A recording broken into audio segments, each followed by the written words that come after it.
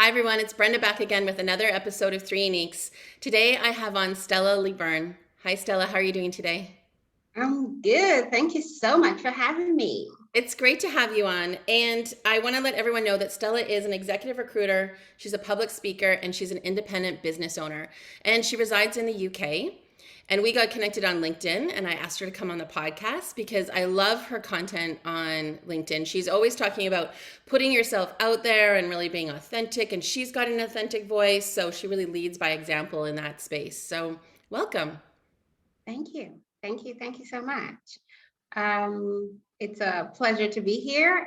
It's been a long time coming. I know we connected for quite a while now, and obviously I enjoy your content. I don't even know how we came to each other's radar, but somehow Yeah. we connected, and yeah, but here we are. So. Excellent. So before we get into your three uniques, I want to learn a little bit more about your business because you're an independent business owner, and I do gravitate to a lot of entrepreneurs. So, and I believe there's been something new and different that you've introduced around your business this year. So, do you want to tell us? Like, I kind of know, but like, let's surprise everybody and tell them. Okay. Obviously, I added a little extra stuff to my already chaotic world. Um, Started a brand and image consultancy business, which basically helps professionals with their personal branding and also corporate businesses as well with, their business branding and visibility online and on all mediums. Amazing. So, do you find that that's something like when you're working with candidates or working with an employer for a recruitment role that you've got to fill, that like image branding is a big factor, like how they're positioning themselves, like the candidate as well as the company? Absolutely, absolutely, and that obviously this new part of my business came off the back of that. Hmm. Working with candidates, I work in executive search with C-suite candidates, and a lot of the time, the common, conversation that I have with a lot of my candidates kind of centers around how to present themselves online, what to say, what not to say, even in person and at meetings as well. So yes, the business sort of like pretty much came off the back of what I already, do with my candidates. So. Right. And do you find, I mean, because you hear about these stats where it's like, oh, women won't apply for like kind of like 70% of the job because they're looking to see if they have all the bullet points checked off on the job posting versus men may only have like 25% of the bullet points and they'll just apply. So we've seen stats around that. Do you see that showing up too as far as visibility on social media, like on LinkedIn, women, versus men as far as, getting content out there, being visible? There is, yes, a lot more than, yes, in with respect to obviously, yeah, my male and female candidates.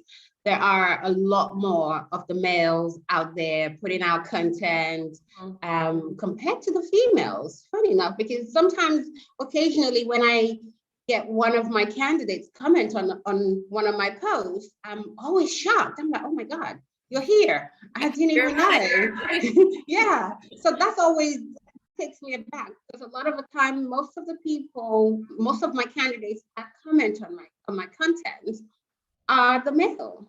And they're the ones that also put content out. Not as much because of their position, so they're slightly nervous and unsure of how to go about it. So some of those people have also transitioned to be my clients. Hmm. They're my candidates in the recruitment industry, but they're also my clients in my brand and image consultancy Right. business. So I help them with being visible, not just online, also in person and showing up at meetings and communicating with their staff, people that they manage. Because a lot of the time, people feel in that sort of position, they feel they need to be distant, to command respect. But to be honest with you, you and I know that's not always the case. You can command respect and still show your human side. And that in itself makes people want to work for you. They want to do more for you than, this head that just seems so far removed from their world that they can't relate to. It makes such a huge difference, because people can connect with you and they just want to do more. They want to, support whatever the mission of the company is. And that makes a huge difference. And that is, what I encourage them to do, to foster those sort of relationships with their staff and break down some of the barriers. Right. I love how you brought up the difference of respect. I think like an older definition may have been more about authority, command, and again, sort of rooted in patriarchy, hierarchy. And now we're trying to bring more of, I call it the feminine energy into the workplace, right? We want to care about employees, we want to bring the human side. And not just, it's not about female, male, it's about feminine, masculine energy. Men, women, regardless of gender, possess both. But we've been sort of dominating so much of the masculine energy in business for so long. And I think it was happening way before the pandemic, as you know, probably, like just, again, in the field that you work in and seeing how organizations are run. Great cultures attract great people. Not so great cultures, command and control cultures, they attract people, but they don't maybe stay as long. People have choices now. And I think the pandemic has opened up those choices. The fact that you and I are connecting today, I mean, not to say we wouldn't have pre-pandemic, but maybe we wouldn't, just because it was like, you know what, I'll just stay in my world and you stay in your world. But, it's like now we can work so much more globally from our devices that I think, people just have more choice, and they don't necessarily need to stay in that old confine. So I loved how you broke up the word respect, because respect, I think now can have a new sort of generational belief in business. Before it was just like, oh, only the top, the C-suite, you look up to, gain respect. And now it's more like, how do you impact people? Absolutely. Yeah. Absolutely. Because, people want to feel they're working with a human and not a robot. I mean, last night, this was my 10:30 p.m. And I was on a call with a client who had, some conference thing coming up today. And it's just like, oh, what do I do? I don't know. Normally they go to these networking events and it just do the usual, minimal, conversations and stuff. And I said, listen, don't get in your head about it. Everybody there is probably just as nervous as you are. Right. So just go in there and just be you, smile, and talk to people. It may seem hard at first, but once you start talking to people, you'll find out that actually they're probably feeling the same way as you're feeling. Just some people hide it better than others. I know when I used to go to networking meetings in person, and people used to say to me, oh, have you been here? They'll ask me, have I been at this event before? And I say, no. And I'm like, oh, I'm really nervous. And they go, wow, I couldn't tell. And I'm like, yeah, some of us hide it very well. But I am nervous, seriously, the way I'm feeling inside. Woo. But here I am. I override that. I show up. I want to show up because, and then also the fact that I'm looking at other people and I can tell they're just as nervous as I am. Yes, I probably hide it better than they do. And that's where my business come into its own, in the sense that those sort of people then come to me, how do you do it? What do I do to be able to, not show that I'm nervous and just walk the room like you do? Because you walked in here and I thought you'd been here like 100 times. And I'm like, no, I haven't. It's my first time and I don't know anybody in here either. So, it's just fascinating to see that we all kind of have the same sort of fears, around people we don't know, and also bridging that, gap between boss and staff. So I think it's wonderful that you've seen an opportunity for your business, right? To be able to help people. Because oftentimes, like, because I coach entrepreneurs or startup entrepreneurs, executives, or folks inside companies that have this idea, but they're like, I don't know if anyone would buy it. And I think you just listen to your audience and it's like, hey, this is an area where I can actually, expand my business, have like another area of my business that I can support my clients on, and maybe even attract new clients that, wouldn't necessarily use me for recruitment because they didn't have that need, but they might use me for, like you said, the image or the brand consultancy. So I think it's, you're just attuned to, this kind of segues into your three uniques, what makes you unique, and then how do you leverage that in your business, which is amazing. Yes, yes. I mean, it's amazing. It's funny that it's always things that come natural to you. And Mhm. to me, that's just, I don't know, maybe it's my upbringing's got something to do with it because I've lived in four continents. Mhm. So obviously growing up that way, you learn very quickly how to make friends. You can read people a lot quicker. I walk into a room and, a room full of 100 and, plus people. And straight away, my brain, my eyes, I'm reading. I'm just like, okay, that person, do they look? How do they look? What's the body language? Can I approach? It's are they friend or foe? Those are the sort of stuff that goes around people like me. Our minds work very differently Right. compared to someone who, I mean, I'll use my husband. Oh God, he's gonna hate me for saying this. Born bred in England, that's his world. Never really lived anywhere. He travels, but never really lived anywhere Mhm. else. Whilst I was, born in Nigeria, grew up there. At 13, moved to the UK, educated in the UK as well. Mhm. And I currently live in Germany, and then I've worked over the years as well in the Middle East.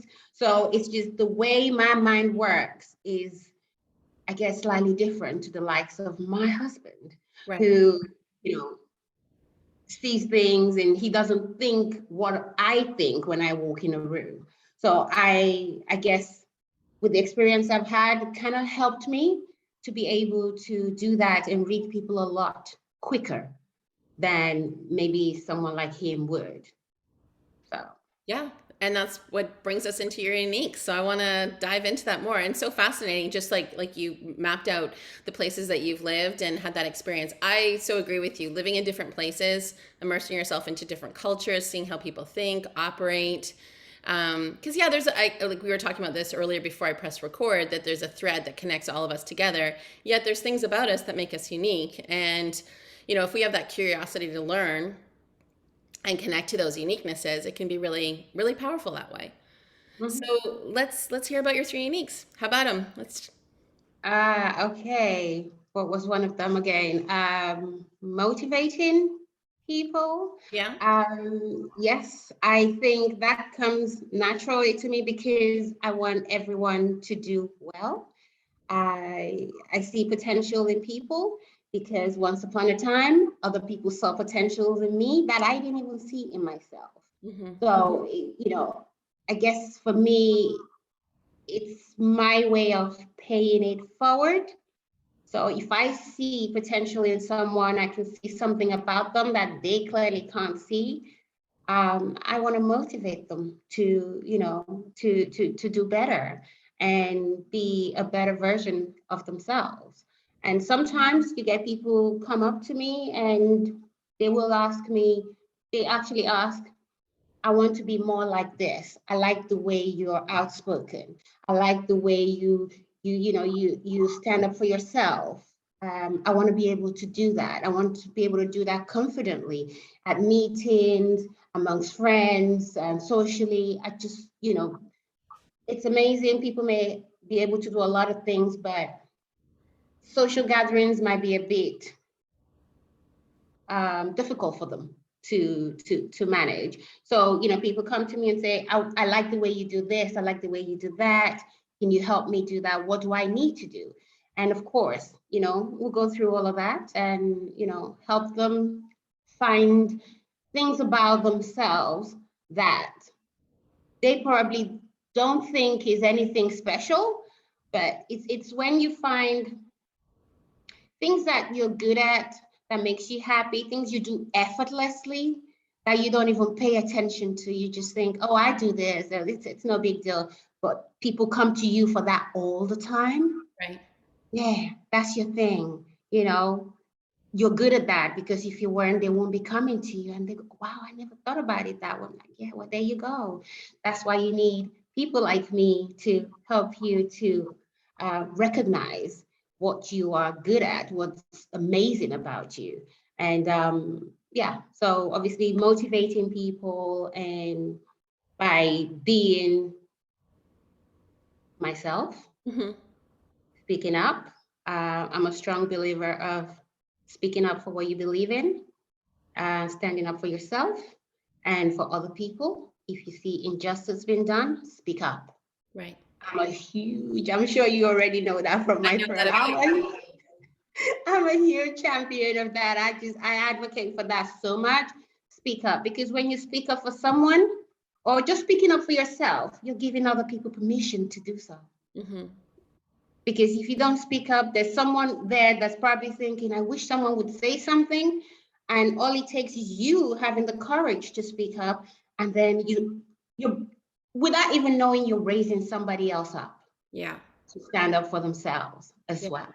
And I think, So like, even going back to our earlier point about how we got connected, that's probably one of the ways is that I saw you standing up, speaking up for something. And there was something, again, authentic in your voice, although it was over LinkedIn written, mm, um, that really made a difference. And I wanted to be like around that. I wanted to be, in that space and learn from you, and learn maybe how to look at things differently. mm, Especially like from where we're sitting in vicinity, right? Like between Europe and Canada. Um, mm.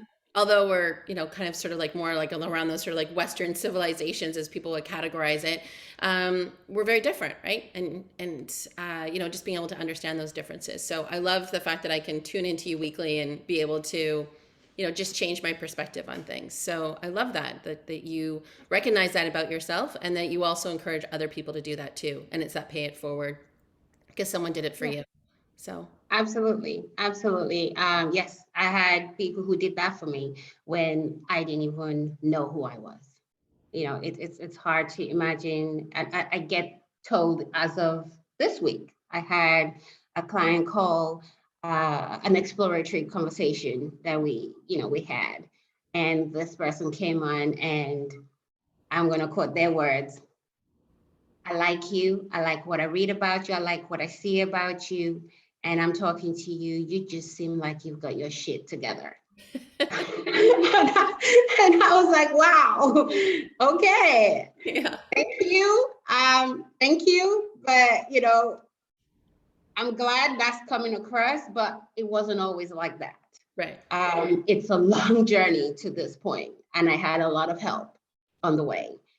Professional help, and some amazing friends that held me up and guided me through to where I am today. So I'm hugely grateful to those people, for the woman that you see today that looks like she's got her stuff together. Yeah. So yeah, it's amazing. I mean, whenever people say that to me, one of those friends is no longer with us, I always just normally just say, thank you. I know you're listening to this. Hmm.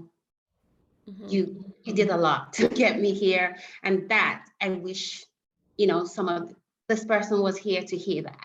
Yeah. And that means a lot whenever people say that to me. And I'm like, there were some amazing people that got me here. Yeah. That's so good that you have that.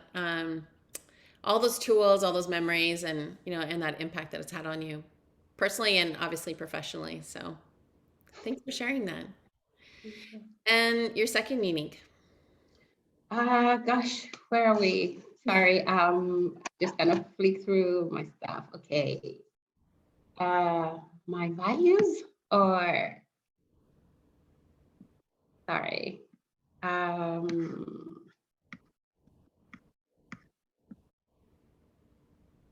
Okay. Don't you pause? I can pause for a second. Yes, Yeah. please. So Stella, do you want to share your second unique with us? Yes, That's my determination to stay focused in the midst of chaos. Maybe I'll talk a little bit about my upbringing. And okay, I lost my father when I was about 4 or 5 years old, and I had to go live with relatives in another city. And obviously, for a 5-year-old, that's a lot. You just lost a parent, and now you're no longer with your siblings or your mother. You're somewhere else in a whole different city. They spoke a whole different dialect. So you had to learn a whole different language, so to speak. Yeah. And, I did that.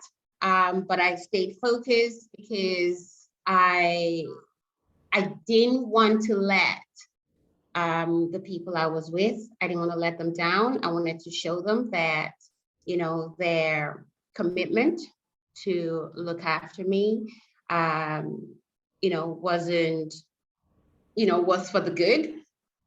I was so young, but I already knew what I needed to do to get, obviously moving on in life. And obviously, as time's gone on, I moved to the UK, again, same thing. And there was a lot going on between the age of 13 and 17. The people I was living with in the UK were not the most pleasant. Let's just say my experience with them was not pleasant, not pleasant at all. I did talk a little bit about it on my website. There's a bit of information on there, but it wasn't pleasant at all, to the point that at the age of 17, I left the house that I lived in without anywhere to go. Okay. But my passport and a rucksack in the middle of the night in winter. Wow. And I just said, I've had enough. I needed to leave here because I didn't feel the environment was conducive. Right. I left without nowhere to go. And I remember roaming the streets of London up until towards midnight. Walking around the park and thinking, which bench is he going to be on tonight? Yeah. And this was in the days before mobile phones. So it wasn't a case that I could call any of my friends. So I ended up eventually, after crying my eyes out because I had nowhere to go, I thought, okay, I'll walk to a friend's house and hopefully she will let me in, someone will let me in. And thankfully, when I got there towards midnight, she opened the door. I went in and I stayed at hers for, a few nights. But then also I was at college and I was working part-time. And it was my then line manager that offered to pay for an accommodation for me to stay. Wow. Without me telling her exactly what was going on or why I was leaving where I left the home I was in. And I remember asking her years later, why didn't you ever ask me what was wrong? What was I running away from? And her words to me were, you were in so much pain. Yeah. I couldn't bring myself to asking you what was wrong. It was clear something was wrong. Right. I couldn't make you go through that again. Wow. And yeah, she paid for my accommodation and I moved in there. It was only a one room. But that obviously, as I say, was the start of my journey. And the rest, as I say, is history. She guided me through. There was a lot of chaos going on, not that anyone knew, because on the outside, I was still going to college. I was acing my exams. How I did those things, considering what was going on, is beyond me. But I was that focused that I was not going to be defeated. Right. I felt like it was a challenge that I was not going to lose. That come what may, I needed to prove to myself that the decision to leave that house was the best decision for me. And what I said to the people when I left was, I can do better than this. Yeah. And I needed to prove it. I Yeah. was 17, but I said, I've said that, so now I'm going to hold myself accountable. And I will do everything humanly possible to make sure that whatever they thought I was going to be, I was going to excel it. I was going to exceed it and be more than anything they ever thought. So that was, I guess, my motivation and the driving force behind me, making sure I went to college. I didn't hang with the wrong crew. I was very focused, very focused. I mean, I could be amongst people that they had so much crazies going on. I wasn't phased. You couldn't distract me. I was very tunnel visioned. I knew what I wanted, and nothing and no one was going to stand in the way of that. So yes, my second unique is being determined in midst of chaos, to the point that even as I grew older and in the work environment, I used to have managers say to me, when there's so much going on, how can you stay so calm? And I just think to myself, I've walked on hot coal. Yeah. I'm This sure. is not chaos. It's nothing. Yeah. This is nothing. Yeah. So you call this chaos because everybody's running up and down like headless chickens, and I'm there putting together like, okay, this is what we need to do. I'm strategizing in my head while everybody else is flapping everywhere. And then a lot of the time they think maybe I'm not comprehending what's going on. And then they ask me, so do you understand what's happening? I said, right, okay, this is what's happened. This is what you're thinking of doing, but I think, what if we did it this way or that way? And it's always a shock on their face. It's like, oh, so you do realize what's going on? I'm like, yeah, why are you busy running around? I was busy putting plans together in my head on how we're going to fix this. There's no point in me flopping around like everybody else. No one's clearly doing anything. So I can remove myself from all of this. It's almost as if I go into my head, into myself, and then I start thinking of the best way to resolve whatever the issue is. So yes, I guess I know how to stay focused in midst of chaos, from being left to grow up from the age of 17 all by myself, and having to maneuver through life, teenage years, and without all the stuff that would befall a 17-year-old child on their own without parental guidance. Yeah, I'm still, well, first of all, okay, like there's like several things I want to talk about. First of all, thank you so much for sharing your story, and telling us about your childhood, because that in itself, like repeating it, going back to it, even if like I'm trying to create like this safe environment around the podcast, like as we're talking, it's still, triggering, right? To be able to recall those memories. I like hearing the story of you from 13 to 17 and what you had to do when you were 17 years old is totally commendable. But I'm still on the story of you at 5, leaving your father dying and leaving your mother and your siblings and going to live with family relatives, right? And you at 5 years old, determining that you need to make a go of this. Right? That's Absolutely. a huge responsibility on a 5-year-old to come up with that, vision for yourself. Like, I'm going to make a go of this. And I think that probably helped you in that next episode when you're 17, or maybe when you were 14 and in the throes of it, like there's going to be something better for me. I know it. I can build this for myself. I can create this for myself. And then the other powerful story is that you had this angel, your line manager, who saw that potential in you, obviously saw that vision. Like, okay, yeah, something bad has happened, but it's not like she's sitting in it and wallowing in it. She's like going to school, working, getting grades. There's potential in this person. You're worth investing in. Like, and you know, and now you've got these clients that are saying the same thing. You know what? I come to me. I need to come to Stella and work with Stella because she's going to help me position myself.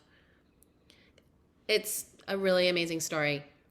Thank So you. many, so many great things in there. How has, I mean, and there's another point that I have in there too about this whole sort of focus around chaos. I think you've also trained your brain to be able to say, you know what, it's okay. When there's chaos, I can get through it. I've gone through some big things, um, I and mean, and maybe at yeah, times not like fun things, right? Icky things, and I can get through it. So it's okay. absolutely. Absolutely. I think building one's self-esteem and confidence comes from doing things that you're not comfortable doing. Yeah. I guess in my case, I was thrown into the deep end. So I didn't have a choice Right. in whether it was either sink or swim. Hmm. That's the situation I was in. So I had to fight to survive. So I didn't have the choice like my children have today.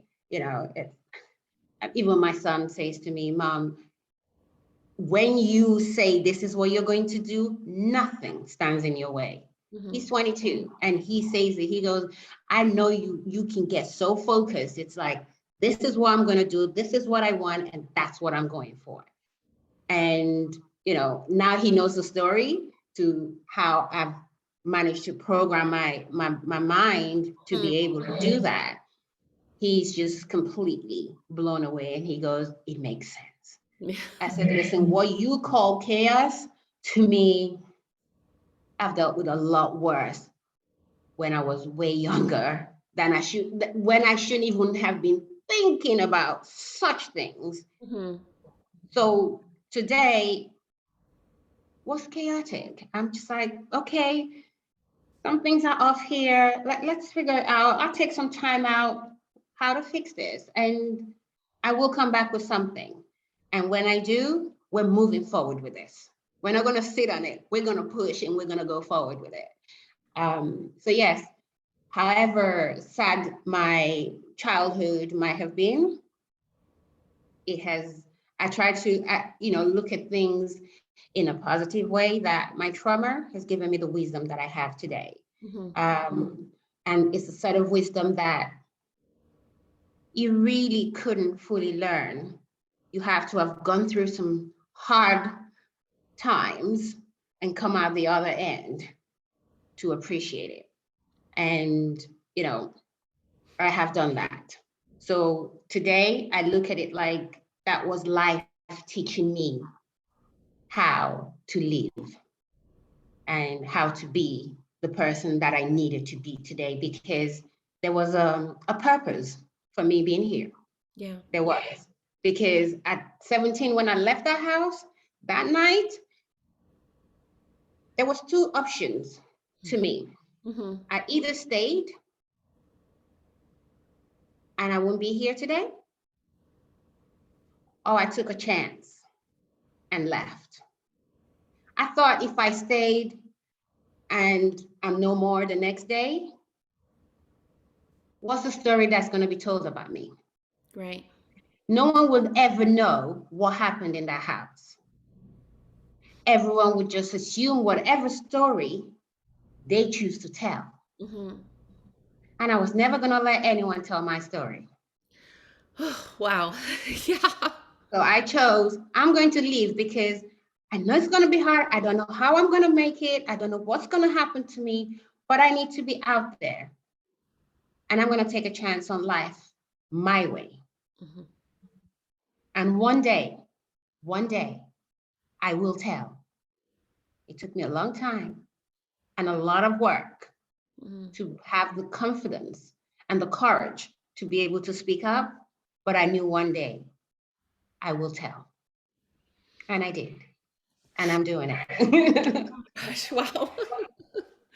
I knew this was going to be a great interview. Now, like that's like you've just like blown me away. I'm just for listeners, I'm just like kind of holding my chest right now. Like my heart is beating so fast. Um, Fast in like I think multiple ways. One is just experiencing probably the fear and the trauma that you went through as a child. Obviously, I'm not in your shoes, but just hearing the story, it's like secondary, like, trauma hitting me. But then it's just also my heart is being so fast because there's just like so much love for what you are bringing to the world in your messaging.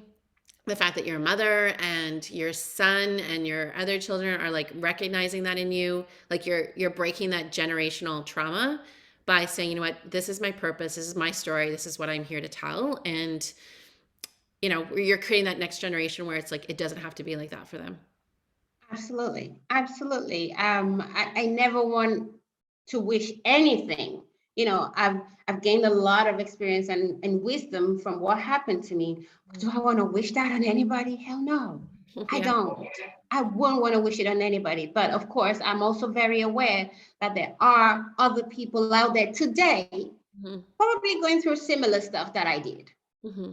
And I want them to know from hearing me and my story that you can come out the other end.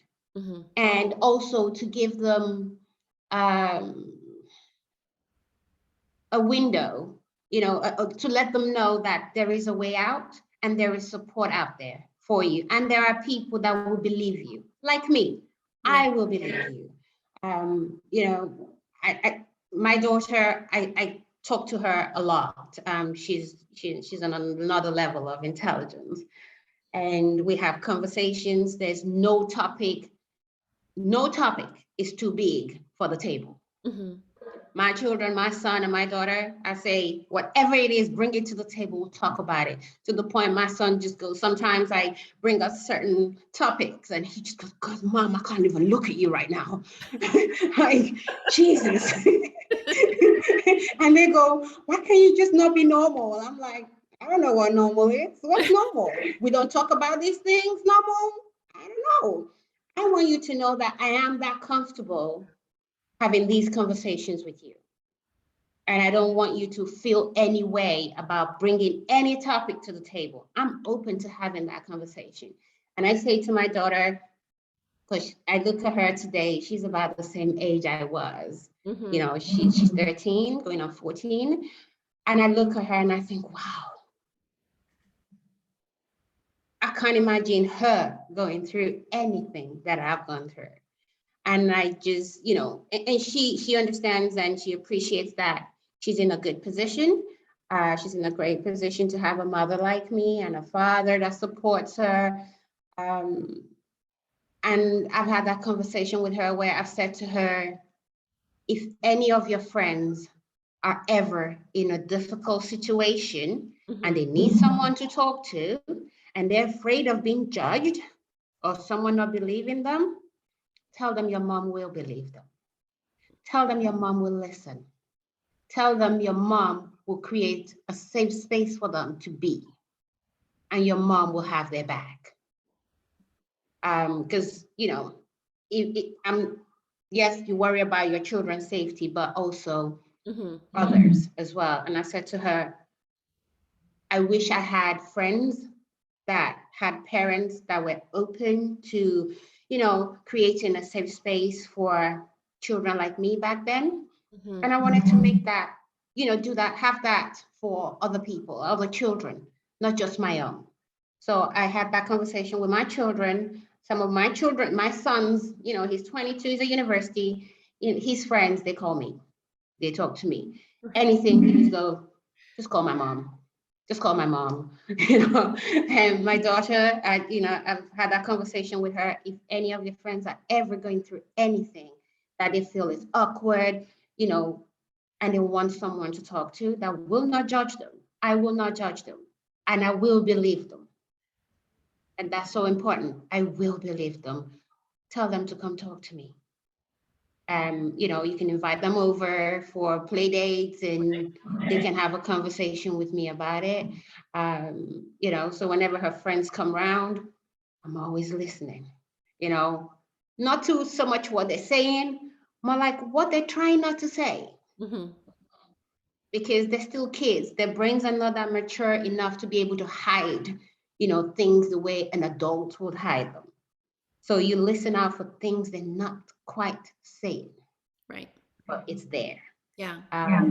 So I just, I like to, I don't know, create a space for for people to be able to, I want to be approachable, so that people can talk to me, anybody, especially young people who are in a situation, or even older people who are in difficult situations and they can't see a way out.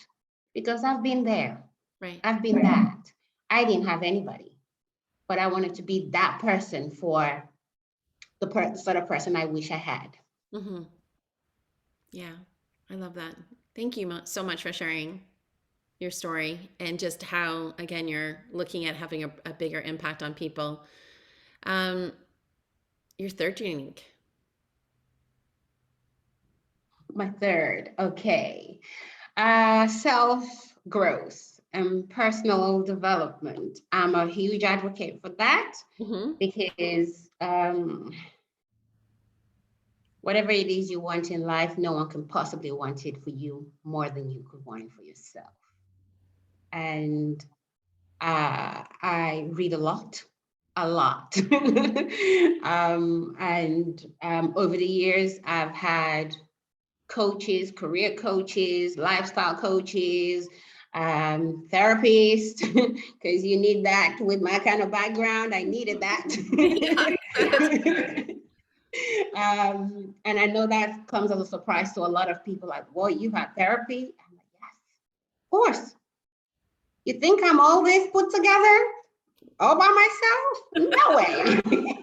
No way. The things that happened to me, I didn't have the words to articulate them, Mm-hmm. and the emotions that was going through me Right. during those times. I had no way of articulating them and putting them into making sense. All I knew was I did not like the way I felt. I didn't like the way my mind worked. I didn't like the way I reacted to things. We're having this conversation today. This conversation 10 years ago would never have happened because it was just too much. No, I just never engaged in it. And anyone brought any such topic or subject up, that's it. I was gone. I'm out. I would literally remove myself. I mean, once upon a time, I would be, why are you talking like this? And then as time went on, I would just remove myself and say nothing, or I go super quiet. Most of the time I just remove myself. But as time's gone on with the coaching, the therapy and everything, I can actually have a conversation like we're doing right now. Yeah. And not be triggered and not, and still be able to control my emotions.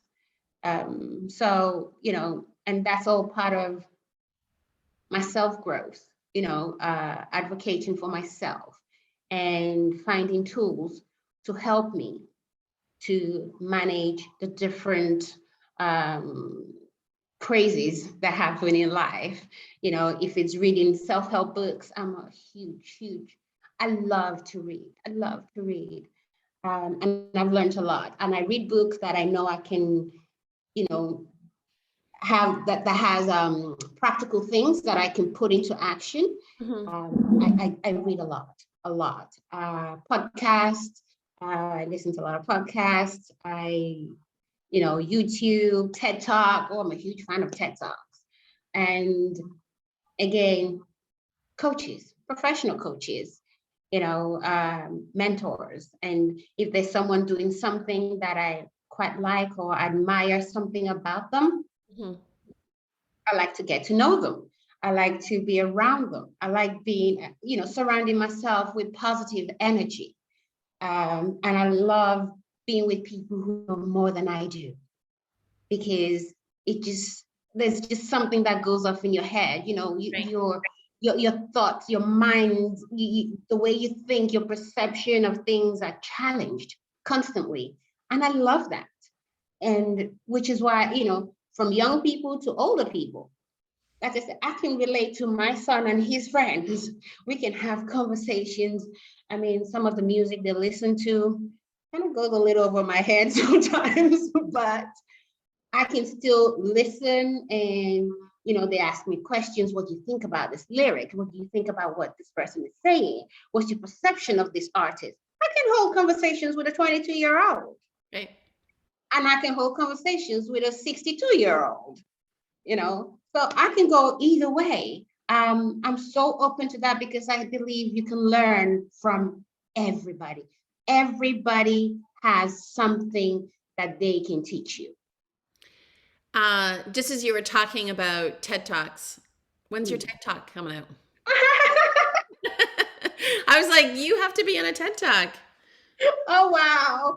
Oh wow. We'll see. We shall see. Wow. Wow. Did you just put me there right now? It's like, Yes. damn. Yeah. It's like I'm totally putting you there. I mean, your story. I mean, because the whole thing that you're doing too for this new business that you've got around the image consulting and the brand, but I'm like focused on the image consulting of like, a leader coming to you saying, hey, I want to make a difference and I want to have a bigger impact, but I don't know how to do that. And how do I get my story out there? Like your story, what we're doing today, like is a TED Talk. Like talking about like this is where I was, this is what I did, these are the people that helped me, this is who I am today. This whole thing, like even when you were doing that action for the listeners on, if you're not seeing the video, but it's like the whole action of like this whole thing came together because of all the work that you've done, right? Being able to, well, I think that's what you're doing in your consultancy practices, being able to like show people like you got to do it this way, this way. But I think it's a TED Talk. I'm just putting it out there. Wow, thank you. Thank you. I'm gonna take it. I'm gonna take it. Thank you. Wow. No pressure at all. Yeah, no pressure. Well, I'm just gonna say it's like it's a human interest story. I mean, you can go up there and spew statistics and have like initials behind your name and all that sort of stuff. But I'm also just like, here's somebody that's actually doing it, right?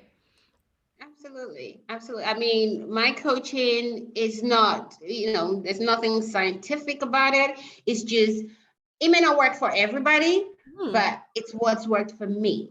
Right. And it may work for someone else. And, they can come on board, we'll, go through what their challenges are, and I'll walk them through, how I've done it, my own process that got me to where I'm at today. Because this person that's got it all together, well, it looks like she's got it all together most of the time, you know, um, she didn't get here on her own. She had help and she made a lot of mistakes as well. I made some moves that were like, oof, that wasn't a good one. Okay. Sometimes I used to beat myself up so much about it. Hmm. And I learned from my coaches that don't worry about it. It happens. Honestly, it's not the end of the world. You can move on. Honestly, don't dwell on it. It's like, oh no, what this? And no, no, no, no, no. You just forget about it. It's done. Let's go. To the point that, you know, employers back in the day would say to me, I fall harder on my own sword because I put myself through so much for making an error with a process. I mean, I'll give you an example. I once contacted a candidate and offered them a role, but you know, easy mistake to make because they had similar names. So I called the wrong one. Whoops. I did.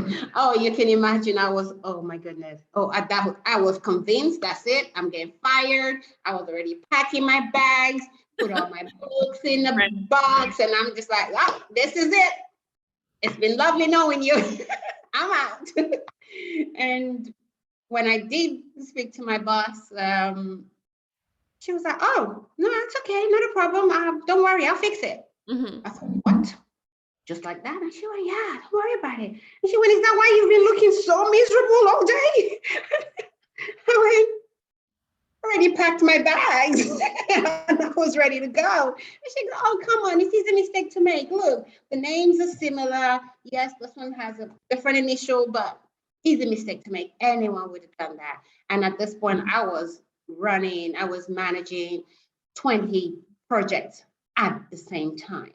So there was that much going on. And she's like, come on, you've never done this before. So it's okay. Don't worry about it. Don't sweat it. Oh, are you sure? And it was so lovely having that sort of response that I thought, okay, going forward, don't beat yourself up. Mistakes happen, errors happen. Learn from it and then move on. Yeah. And just move on and don't do it again. and that's what I try to do, and that's what I try to teach in my coaching sessions. You have, these executives, they just, the words that I hear a lot is, "You're so personable." And for me, that's just like me being me. I wasn't trying to be anybody else. Hmm. I know, like I said, the way I do things may not always work for everybody. It's a bit like parenting. Everyone does it their own way, the way that works for them and that is suitable for their family. I do things my way, the way it works for me and works for my children. Right. So, some people look at that and they go, "I like, your children, the way they behave, Mhm. especially when they're not even with you." I've had calls from people who I've never met, and my son's probably out somewhere, and they call me, "Oh, are you John's mom?" And I'm like, "Oh dear God, what has he done?" And I'm thinking, "Oh, child, oh, child, what have you done?" And it's so, just wanted to tell you that your son's been so amazing, and his behavior is so astounding that someone must have done a lot of work for what we're seeing out here. Right. And just wanted to let you know that whatever it is you did or are doing, it's amazing. And I want your son to hang around my son. So he used to get invited to a lot of play dates. Right. His social life was, his social calendar play date wise was, I had to have a calendar for that Mhm. because everybody wanted him in their homes to come because they wanted to, people would say whenever he's around my house with our kids, he does stuff that their children would not never normally do. Right. But because they see him doing it, they do it too. And then when he's gone, they continue to do it. And they're like, he's a good influence on our child. And we want him to come around more because normally I ask my child to even take the dishes to the kitchen. It's hard work, but when he's around, it's like he just does that, finish eating, and he'll ask everybody when they're done, and they're like, "What? How? We need to talk to this woman. Who? What did you do? Tell us what you did." And so for me, that's a huge compliment, to see and to hear, people wanting to know how I did, my parenting styles. I'm like, yes, it works for my kids. It may not necessarily work for yours, but take what you will from the good. I watch people all the time, and I just think, I like the way this person speaks. I like the way this person dresses. I like the way this person conduct themselves. And I take the good and I try to emulate that and put that all together to make me. Oh, I love So, it. I love it. yeah. Stella, my last question for you Hmm. is if I was able to give you a billboard and you could put it anywhere in the world, Ooh. what would it be? Where would it be and what would you put on it? Oh, billboard. Wow, where would it be? Ouch. Oh my goodness. Okay, I'm from London, so I'm gonna take this billboard to London, Yeah. and I will put in Trafalgar Square. Trafalgar? No, Piccadilly. Piccadilly. I was gonna Piccadilly. say Piccadilly. Yeah. Piccadilly. Where the lights are and stuff like that. That's where I would want it, and I would want it to say Stella Leaburn, fearless, motivator, and an advocate for the underrepresented. Oh, lovely. Yeah, because people need to connect with you for sure. That's amazing. Stella, Thank it's you. been great hearing your story today. Thank you so much for coming on and sharing your three uniques with us. And really just, yeah, like I've said, I've used the word authentic a few times and not to like overplay it. And I know it's kind of an overused buzzword out there, but just like really just telling us like about yourself, sharing your three uniques. You're obviously a proud mother and you're proud of your clients and the companies that you represent and all the people that you're placing in these amazing roles so that they can be their best self. Thanks so much for doing what you do. Thank you. Thank you so much for having me. It's been amazing finally getting to speak with you after so long. So thank you for giving me this opportunity to, yes, share my story and talk a bit more about what I do and how I can help other people. So yes, thank you. Thank you so much. And for everyone listening today, remember to get out there and share your three uniques. I always say there's 7.8 billion people on this planet. Somebody needs what you've got. Thanks, Stella. Thank you.